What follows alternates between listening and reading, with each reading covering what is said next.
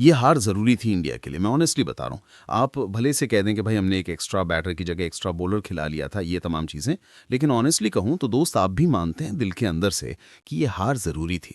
वरना घमंड आ जाता है कि हम तो अनबीटेबल हैं, हमें तो कोई हरा ही नहीं सकता, हमारे घर में वर्ल्ड कप हो रहा है और ये ट्रॉफी हमसे कोई छीन नहीं सकता।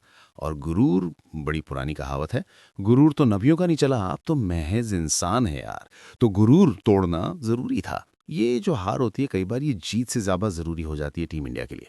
न्यूजीलैंड ने 50 रन से हराया। 5 मैचों की जो टी20 सीरीज थी, क्लीन स्वीप की बात चल रही थी, अब 3-1 पर आ गई टीम इंडिया। सीरीज जीत गई थी। ऐसे में ईशान किशन को जब निकल हुआ तो कहा गया कि ईशान की जगह अर्शदीप आएंगे। श्रेयस अय्यर को सब देखना चाहते थे, आकाश चोपड़ा ने बात भी कही थी, लेकिन गंभीर के इरादे, नीयत या कुछ भी कह लीजिए अलग थे। एक एक्स्ट्रा बॉलर खिलाया, बैटर कम खिलाए, वो भी उस पिच पर जहां पर पिच पाटा थी। न्यूजीलैंड ने जड़ डाले 215 रन। हर्षित राणा की पिटाई हुई, अर्शदीप की पिटाई हुई, बुमराह अक्सर हाँ देखते नहीं, लेकिन बुमराह की भी काइंड ऑफ पिटाई ही मानोगे। ये वो पिच है जहां पर न्यूजीलैंड 215 बना देती है और इंडिया को 165 पर ऑल आउट भी कर देती है। 165 पर, यानी कि 50 रन से जब आप जीतते हो तब आप इसे तुक्का नहीं कहते, तब आप इसे तीर कहते हो। हालांकि इंडिया ने हथियार नहीं डाले, क्योंकि शिवम दुबे, मुझे थोड़ा सा फील हुआ, लेकिन वो कहते हैं ना कि गिरते हैं शहसवार ही मैदान जंग में, वो तिफल क्या गिरे जो घुटनों के बल चले। ये वो जांबाज था जो लड़ा। किस्मत में एक ही तरीका था कि रन आउट कोई करवा दे, क्योंकि बल्ले पे बॉल जिस तरीके से आ रही थी, मजाल आउट होने के भाई साहब।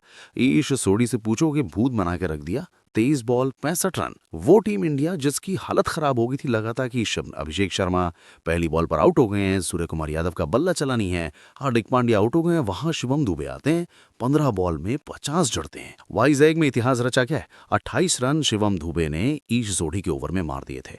पहली पे डबल, दूसरी पे चौका, फिर छक्का, फिर चौका, फिर छक्का। ये हालत थी ईश सोढ़ी की। कहोगे भैया कहाँ आ गए मैं, क्योंकि जब आप इतिहास की बात करती हो तो युवराज सिंह के पास सबसे तेज 12 बॉल में 50 हैं, अभिषेक शर्मा के पास 14 बॉल में, और अब शिवम दुबे के पास 15 बॉल में है। 7 छक्के 3 चौके, 282.6 का स्ट्राइक रेट है। इंडिया हारी जरूर है, लेकिन शिवम दुबे ने दिल जीता है। खैर, अगर आप इस हार को एनालाइज करना चाहते हैं तो फिर आप कहेंगे कि एक बैटर कम पड़ गया, लेकिन संजू सैमसन, मौका था, दस्तूर था, सब कुछ था।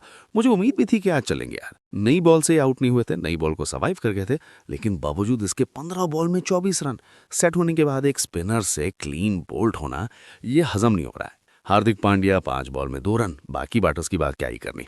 संजू सैमसन के बारे में मैं बिल्कुल सरप्राइज नहीं होऊंगा इस परफॉर्मेंस के बाद, अगर मैं ईशान किशन को 7 फरवरी को यूएसए के अगेंस्ट ओपन करता हुआ देखूं, क्योंकि यहां संजू सैमसन ने अपने पैर पे कुल्हाड़ी नहीं मारी, बल्कि कुल्हाड़ी पर पैर दे जाके मार दिया है।